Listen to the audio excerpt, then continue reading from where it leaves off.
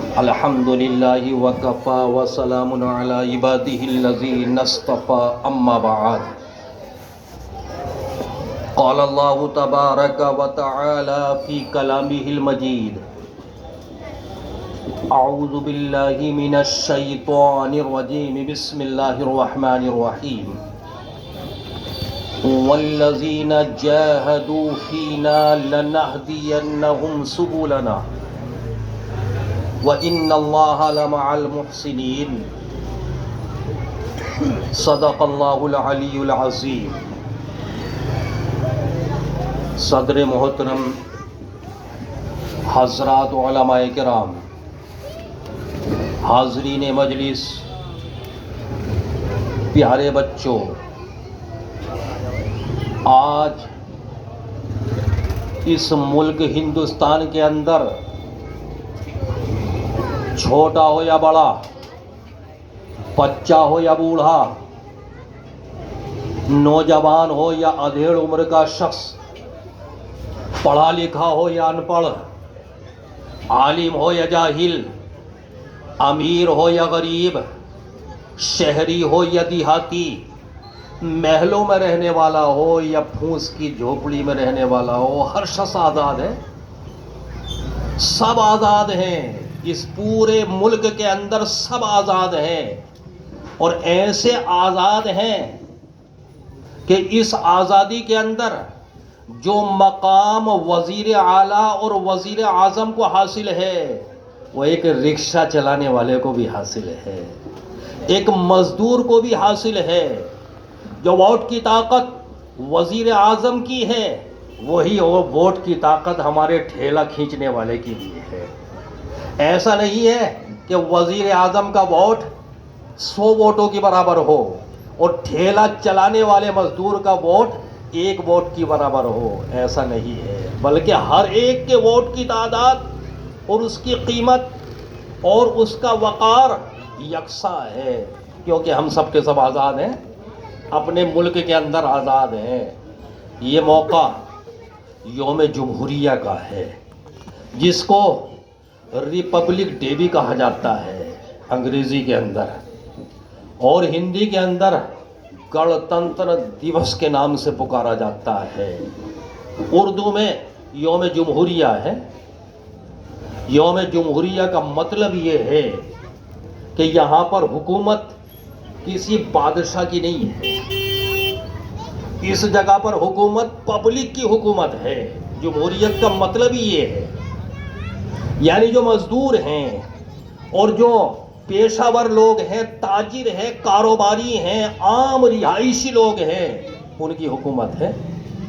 وہ اگر بدلنا چاہے تو بدل جاتی ہے، انقلاب پیدا کرنا چاہے تو انقلاب آ جاتا ہے۔ یہاں جمہوریت قائم ہے۔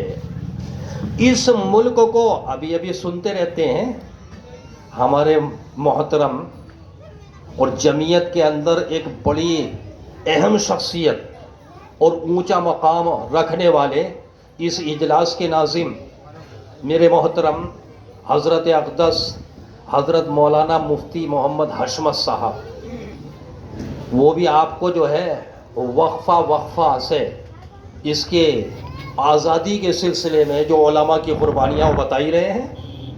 یہاں پر مفتی عابد صاحب بیٹھے ہوئے ہیں، اور ابھی ایک مفتی صاحب میرے بعد میں آنے والے ہیں، یہ سب کے سب حضرات اس بات کو بتائیں گے کہ یہ ملک ایک دور اس ملک کے اوپر ایسا گزرا ہے کہ اس ملک کے رہنے والے اپنی دھرتی کے اوپر ہیں لیکن غلام ہیں، اپنی ہی زمین ہے لیکن غلام ہے، اپنا ہی وطن ہے لیکن غلام ہے، اور اپنا ہی گھر ہے لیکن غلام ہے، اپنا ہی علاقہ ہے، اپنا ہی ملک ہے لیکن غلام ہے۔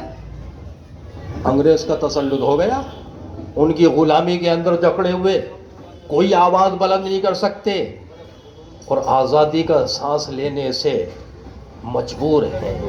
ہمارے علماء، اللہ ان کی قبروں کو نور سے بھر دے، ان کو ترقیات، ان کے درجات کے اندر ترقیات نصیب فرمائے۔ ہمارے علماء نے وقت کی نزاکت کو سمجھا کہ یہ ملک جو ہمارا اپنا ملک ہے، یہ زمین جو ہماری اپنی زمین ہے، یہ علاقہ جو ہمارا اپنا علاقہ ہے، یہ وطن جو ہمارا اپنا وطن ہے، اس کے اوپر گورے مسلط ہو گئے ہمارے علماء نے، مجاہدین نے، دوسرے لوگ، دوسری قومیں بھی۔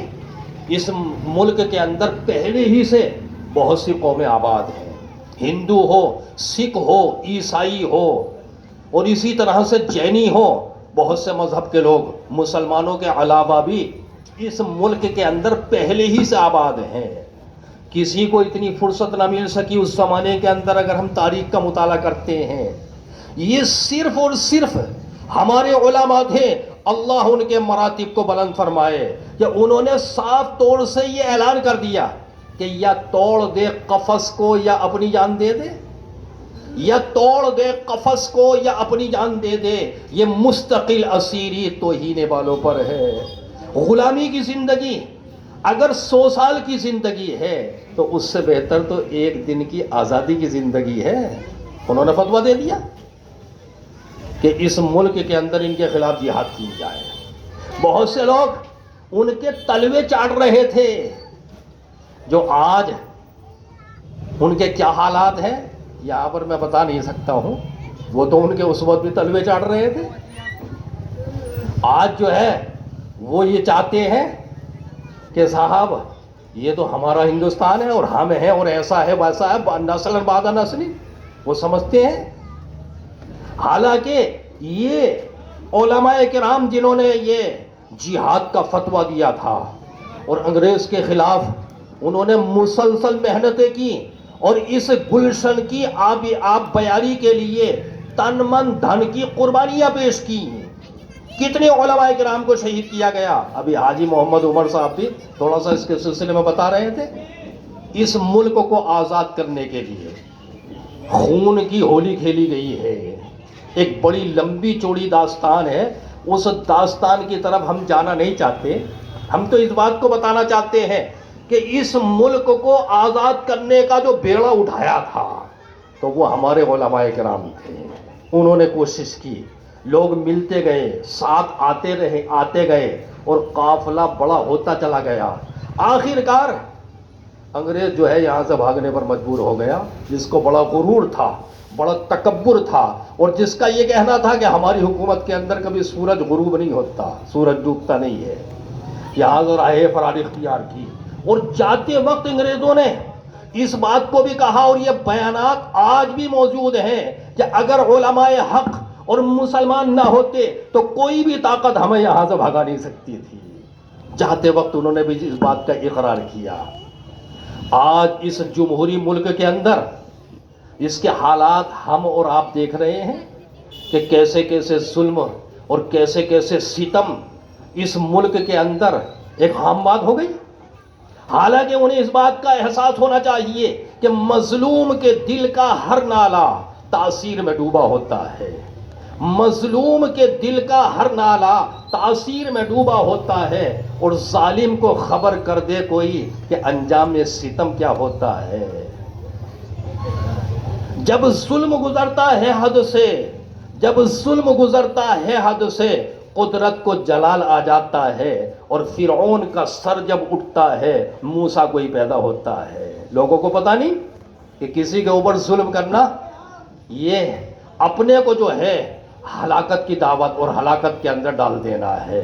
بہرحال آج ہم سب کے سب اپنے اس پیارے ملک کے اندر، ہمیں اس سے پیار ہے، ہمیں اس سے محبت ہے، اور ہم اس سے آج بھی جان سے بھی زیادہ محبت رکھتے ہیں۔ میں تو اسی بات سے کہتا ہوں کہ میری جان، میری آن، میری شان ہندوستان، ہندوستان ہمارا ملک ہے، ہمارا وطن ہے۔ ہم یہ نعرہ آج بھی بلند کرتے ہیں کہ میری آن، میری جان، میری پہچان اور میری شان ہندوستان، ہندوستان۔